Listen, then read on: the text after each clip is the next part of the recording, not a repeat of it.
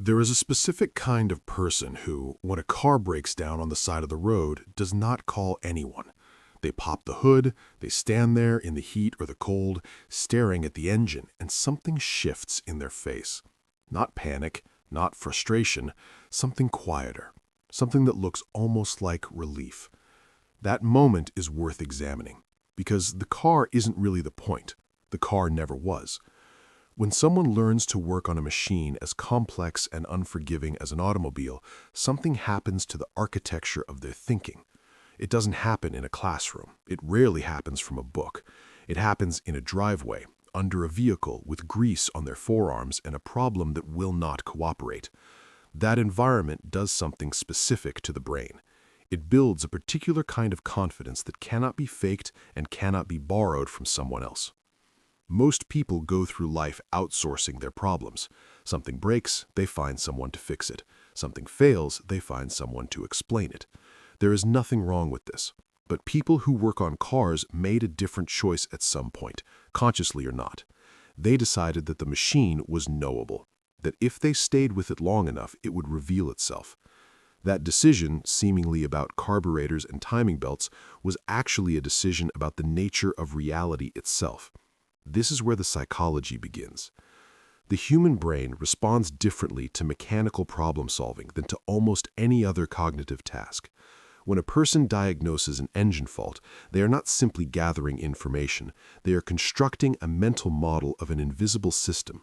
They are holding multiple variables in working memory simultaneously: sound, smell, behavior, history, and cross-referencing them against a body of knowledge built through physical experience. Neuroscientists call this embodied cognition. The hands and the brain are working as a single unit.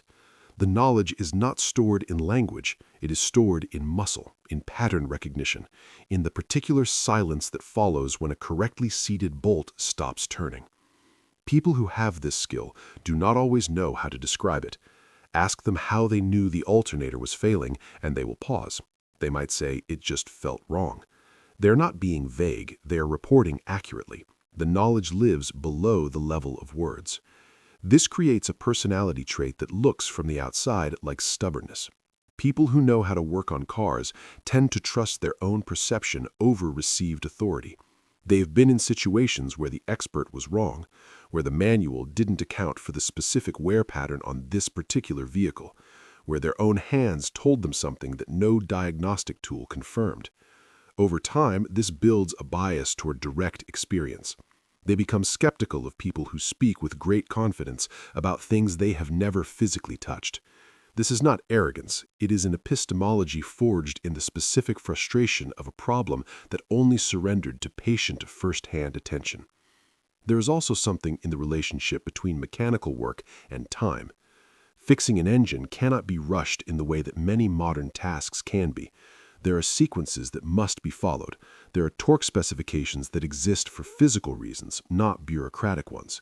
Cut a corner and the problem returns, usually worse. This teaches a lesson that is increasingly rare in contemporary life, that some things have their own timeline, and that timeline is not negotiable. People who internalize this lesson carry it into their relationships, their work, their thinking. They become unusually tolerant of slow processes, unusually suspicious of anything that promises a quick solution. Now consider the emotional dimension. Many people who work on cars learned in the presence of someone else. A parent in a garage on a Saturday afternoon. An uncle who said nothing but handed over a wrench and waited. A neighbor who showed rather than explained. These were not formal lessons. There was rarely a curriculum. What was being transmitted was not just technical knowledge. It was a relationship to difficulty. A way of being with a problem that did not involve walking away from it. The car was the medium. The real content was something harder to name. This is why car knowledge so often becomes identity. When a skill is learned through relationship, it carries emotional weight that a skill learned from a tutorial does not. The wrench means something. The particular make and model of the first car worked on is remembered with a specificity that is almost biographical. Not because of the car, but because of what was happening in that garage, between those two people, in that specific period of life when the world was still being figured out. And this is where many people misread those who have this skill. They see the confidence and assume it is about cars. They see the self-sufficiency and assume it is about not wanting help. They see the quiet competence and misread it as indifference. But underneath, something else is often operating. People who learned early that problems yield to patience, that machines respond to careful attention, that mastery is available to anyone willing to stay with difficulty long enough, these people developed something that psychologists call internal locus of control. The belief that outcomes are primarily determined by one's own effort and understanding, not by luck or other people's decisions.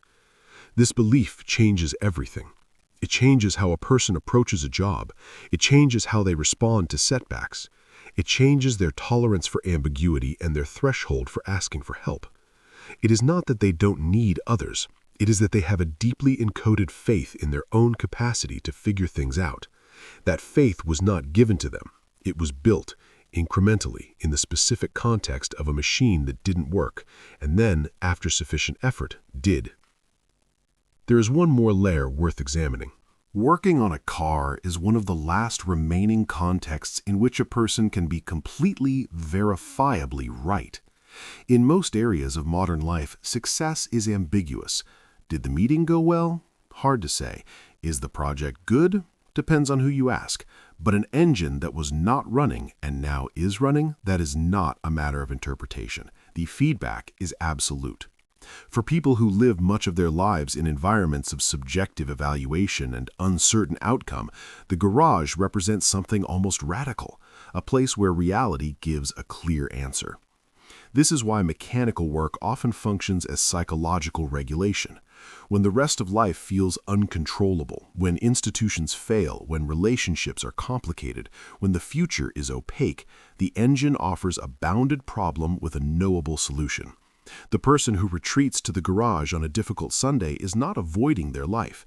They are restoring something, rebuilding in miniature the experience of competence and clarity that the rest of the week may have eroded.